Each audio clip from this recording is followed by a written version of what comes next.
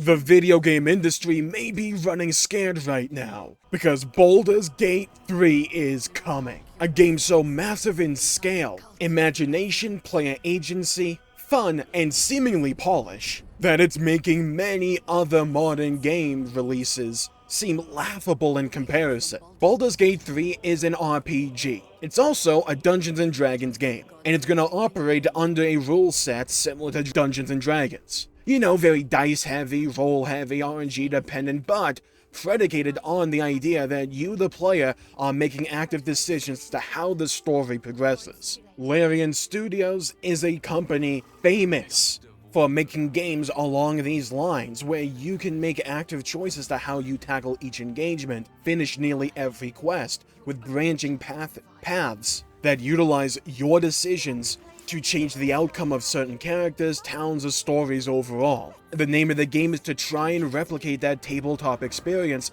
but in an epic video game format, where they can put in 170 hours of cutscenes and cinematics to wow the player and to create a visual spectacle, all the while keeping players intrigued and engaged with thought-provoking turn-based gameplay, where anything can happen. You can utilize the environment to your advantage as well, and that's the name of the game. And their latest game coming out is Baldur's Gate 3. And it's poised to make a massive splash on the video games industry. It is a big game, like I said earlier. From what I've heard about from other articles, apparently the game has over 170 hours of cutscenes and cinematics. An absolute smorgasbord of different endings, different paths, romantic options, gameplay options, different classes to partake in, quests, a world to explore. This game is going to be big in scope. And with an early access period running now for a couple of years, as well as Larian's previous prestige behind them, the question of if the game's going to come out in a buggy, incomplete state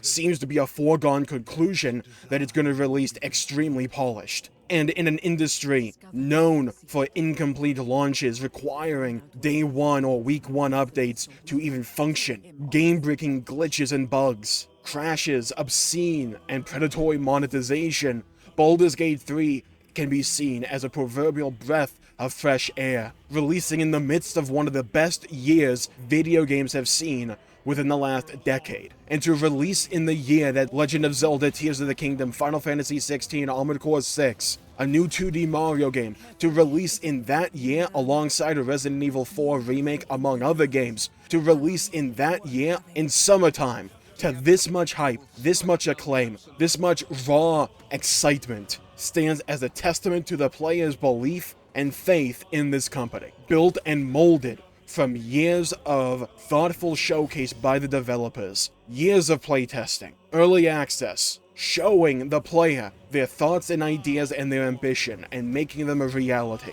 That earns trust. That earns faith in your product. It creates word of mouth. Now, this is something important to remember as I'm giving this game all this praise. It's not even out yet, but I have heard nothing but absolute excitement and jubilation over this game from the people who have both played it and the people who have seen the marketing for this game. I was never a D&D guy. I just never had a group of people to play D&D with, and having all my moves be reliant on dice rolls was just never really that appealing to me. However, after perusing the announcement and marketing for Baldur's Gate 3, I have to admit, even I am a little bit excited for this game and what it can truly mean for the video games industry. Possibly raising the standards of the consumer, showcasing that if a studio can release a game to this scale, be this transparent in its marketing and advertisement and development, and just have this much fun with it, to release a game of this scale in this way, in the modern year, and to look this good, removes any doubt, any excuse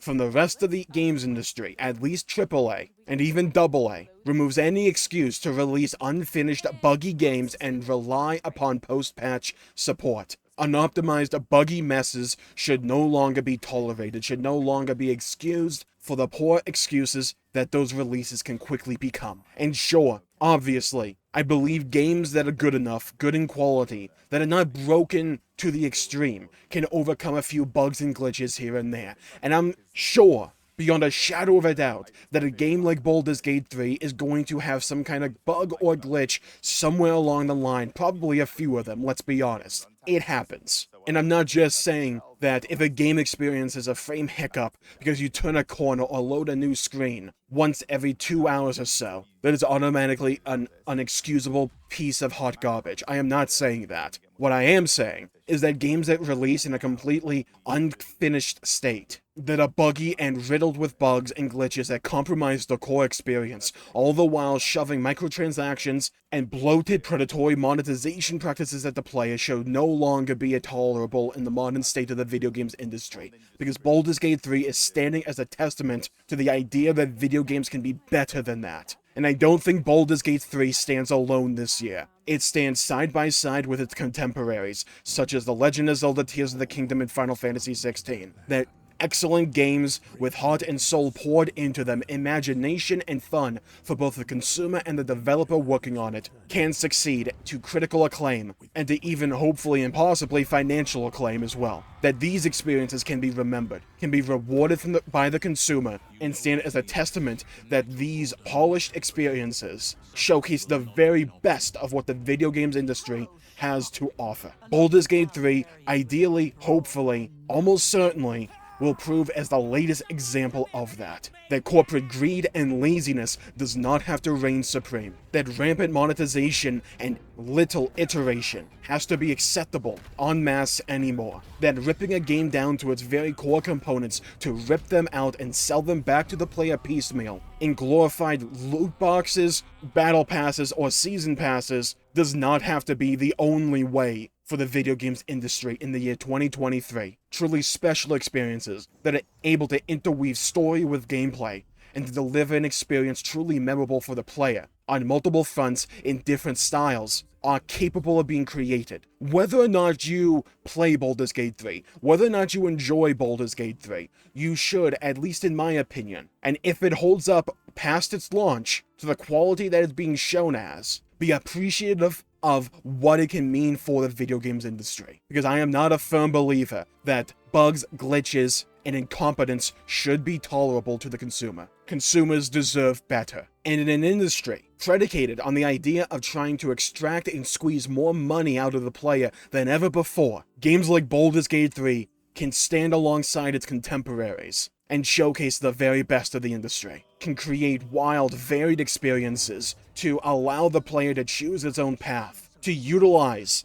the scale of modern technology, modern game development techniques to its full advantage, to create experiences in a sandbox that allows the player to truly experience the breadth of options available to them. That is the strength of the modern video games industry, and Baldur's Gate 3, from what I've seen, from what I hear, is poised to be an excellent example of that. And sure, not everybody's gonna look at the bare sex scene, yeah, I said that by the way, with hopeful, willing eyes. It's not gonna be for everybody. But I think my eyes were opened by a statement that Asmongold made about this game. If the game is willing to let you turn into a bear and have sex with a vampire, while a squirrel watches in shock and horror, what else is Baldur's Gate 3 willing to allow the player to experience? Because it's true. Give the player the option. If they don't want to do it, don't do it. It's your experience, it's your RPG, it's your journey, it's your quest, it's your Baldur's Gate. Experience it how you want, make the decisions that you want, forge your own journey. That is the power of the modern scope of video games. That is what it's capable of doing. And if the player is uncomfortable with it, they give the player multiple outs for that bare sex scene. You don't have to do it. And if there's a different type of scene you want, go pursue it of your own volition. But at least the game gives you the option to. It trusts in the player's ability to make their own decision. And in an industry so hell-bent on forcing the player to go on an on-rails experience to experience what the developers and the publisher want you to experience, a game that is willing to let go of your hand and allow you to walk your own path is not only a breath of fresh air, it is like the coldest sip of water on a blaringly hot summer's day. Refreshing and palatable. I hope Baldur's Gate 3 succeeds, even if I decide to play it, or if I decide not to play it. Because I can look at it, and look what it can mean for the video games industry, and I can be thankful that it exists. I can be thankful for the experiences that other players are getting from it. And make no mistake, I do not want every game to have the scale that Baldur's Gate 3 seemingly has. I do like having shorter games and having shorter experiences that are more compact or linear that are able to deliver an exact experience with correct pacing and direction. Journey is one of my favorite games of all time. It is 90 minutes long, but within those 90 minutes lies a polished, well-crafted narrative and experience that stood the test of time for me, and those experiences can live side by side with Baldur's Gate 3. What I am saying about Baldur's Gate 3 is that I hope the quality of the experience becomes a new industry standard. The transparency from developer to player to consumer stands as a test to time. That the consumer doesn't have to be treated like some rabid beast that does not understand good video game design. That the consumer can be utilized as a fellow partner in the development of a video game. Sure, that won't work for every game and for every genre, I understand that, but for when it's applicable, I hope that other games and other studios are able to take note of the success that Baldur's Gate 3 is shaping up to be. A groundbreaking title, a Game of the Year contender, and a year swimming with other contenders for Game of the Year. This is an absolutely brilliant year for video games overall, and it's only August. We have 2 games coming out in August that could be Game of the Year contenders for me.